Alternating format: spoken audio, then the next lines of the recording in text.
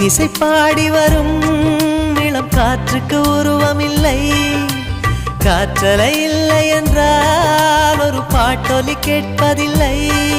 ஒரு கானம் வருகையில் உள்ளம் கொள்ளை போகுதே, ஆனால் காற்றின் முகவரி கண்கள் அறிவதில்லையே.